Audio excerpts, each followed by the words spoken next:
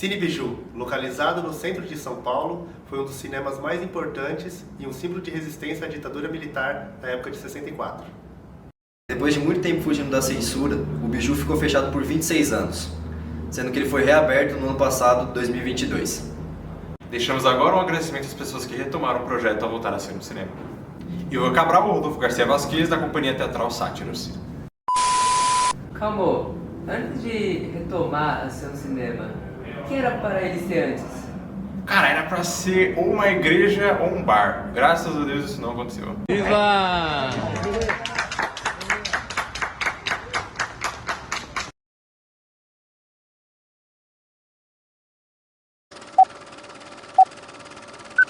gente está aqui com a professora Tamara, nossa professora de História da Arte. Obrigada, professora, pela sua disponibilidade. E a professora frequentou o Cine Biju, né? Então a gente tem umas perguntinhas. Nos últimos anos, o Brasil viveu um retrocesso cultural e uma onda conservadora muito grande.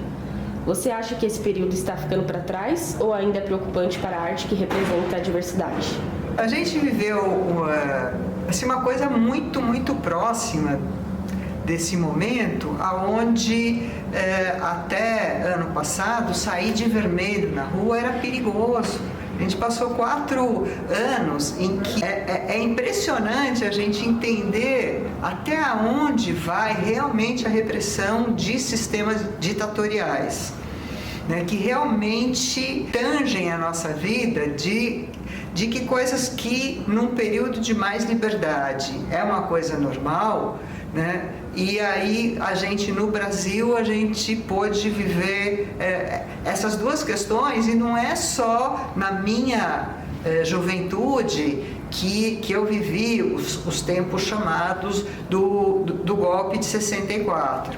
A gente vivia um momento que em cima da cultura existia uma coisa que era censura.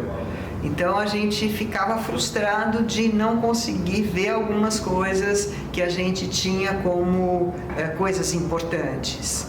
O Biju era um espaço que a gente podia ter contato com isso, porque o Biju ao máximo tentava burlar muitas coisas, né, do sistema. Mas era um lugar onde se podia ver uns filmes que não dava para ver em outros lugares.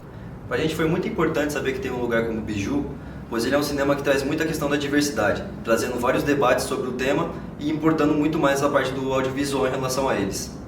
Muito bacana que o Biju atual, ele resgatou esse histórico do Biju antigo e continua a se manter com uma programação ligada às liberdades individuais, em todos os sentidos.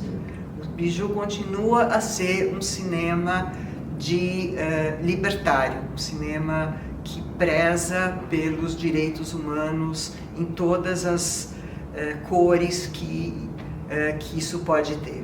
Contendo 77 lugares, as poltronas originais foram restauradas, garantindo uma experiência única e diferenciada.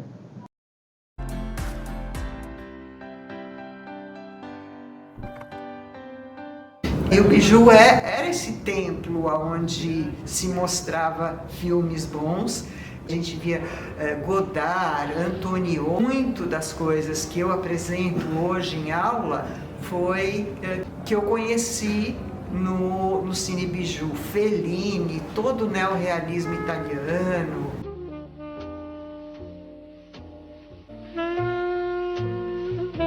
Talvez ainda existe hoje em dia, quando você tem 14, 15 anos, você quer ver filmes que é proibido para 18 anos. E o Biju tinha uma questão de, além de ter uma programação muito legal, ele permitia jovens assistirem os filmes, eles não eram tão rígidos em relação a exigir a idade de olhar os documentos. Então, nessa época dos 14, 15 anos, não existia celular, não existia streaming. Então, o nosso contato com o audiovisual era através dos cinemas. A gente só conseguia ver os filmes indo uma vez por semana, uma vez por mês, no cinema. Só havia um cinema em que deixava a gente entrar, o Cine Biju, no centro de São Paulo, na Praça Roosevelt. o Cine Biju exibia filmes de arte, festivais de diretores famosos que meus pais, os amigos dos meus pais e os professores da escola muitas vezes recomendavam. E foi no Cine Biju, em uma semana com temática de filmes LGBTQIAP+, que podemos prestigiar um debate. As convidadas eram Coraci Ruiz e Júlia Catarini, duas cineastas brasileiras que trazem esse olhar para o audiovisual. Coraci Ruiz, diretora, roteirista, documentarista e diretora de fotografia. Entre alguns projetos, realizou de forma autobiográfica um documentário chamado Limiar, que acompanha a transição de gênero do seu filho adolescente Noah. Entre 2016 e 2019, ela é uma entrevista abordando os conflitos, certezas e incertezas que transpassam uma busca profunda por sua identidade. No final do ano passado, de 2016, eu meio que entendi qual que era meu gênero. Qual que é? Sou menina. Às vezes eu achava que devia questionar.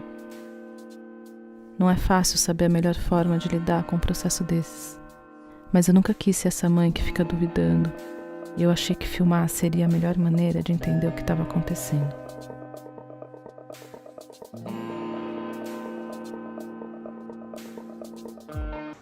Júlia Catarini, atriz, diretora, roteirista e primeira mulher trans a dirigir um filme que está no circuito nacional e comercial. Roteirizou e dirigiu o curta-metragem Tear for Two em 2018, filme que ganhou mais de 15 prêmios em diversos festivais. Atuou e foi co-roteirista no filme Lembro Mais dos Corvos, filme que mistura documentário, ficção e autobiografia, que foi gravado ao longo de uma madrugada de insônia da atriz, também vencedor de diversos festivais no Brasil e em alguns outros países. Mulher trans, tornada. Eu quero ser atriz para ganhar prêmios a loucas. Qual é o sentido do filme? Enfim, é uma comédia, é um drama, você quer que eu conte histórias tristes, histórias engraçadas. Se eu me tornar uma cineasta, eu vou sempre dirigir comédias românticas, porque toda falta de romance que eu tive na minha vida eu quero compensar no cinema.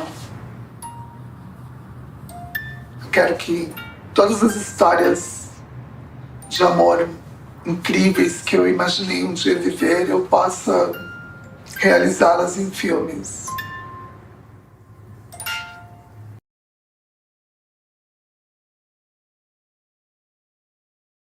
Muito obrigado pela presença de vocês.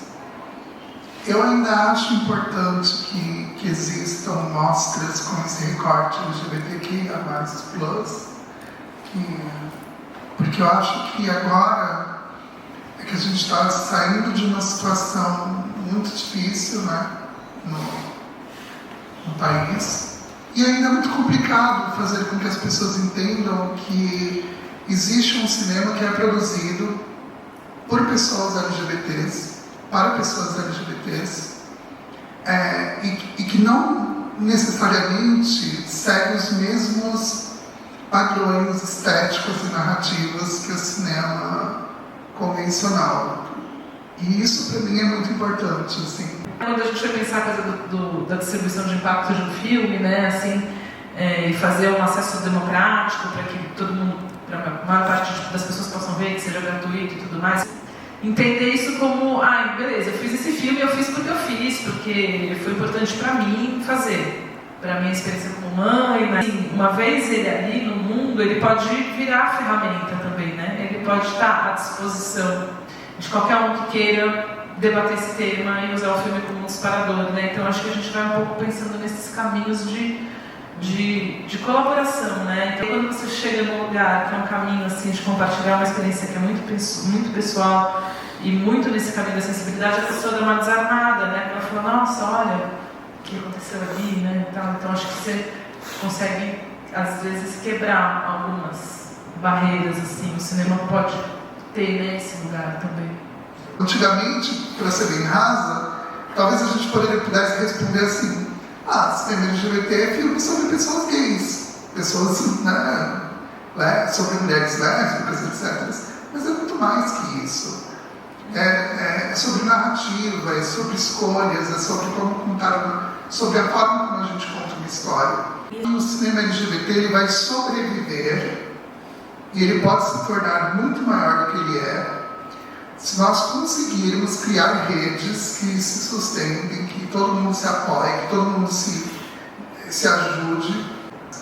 É importante que em São Bernardo vocês disseminem tudo que vocês ouviram aqui, porque olha que alcance, né? Quando vocês são de São Bernardo, e para lá tem muita coisa, sabe? Tem muita gente querendo fazer cultura. Diadema, Santo André, e as pessoas não se veem capazes de alcançar os objetivos delas, como eu não me via. Na verdade, tudo é possível, sabe? Dá para você criar um núcleo de cinema potente no ABC? É possível, basta se organizar, fazer essa rede de apoio e entender que, a gente tem que colocar o cinema da ABC também no rolê, porque você pensa que eu só vou conseguir fazer cinema se eu sair de São Bernardo. Não. O importante é você fazer cinema em São Bernardo, para que as coisas consigam, sabe? Para que todo mundo tenha a mesma oportunidade. E isso é muito inspirador para mim, eu acho incrível, assim. Parabéns para vocês que estão no primeiro ano estudando e querendo fazer uma coisa que é tão bonita como o cinema.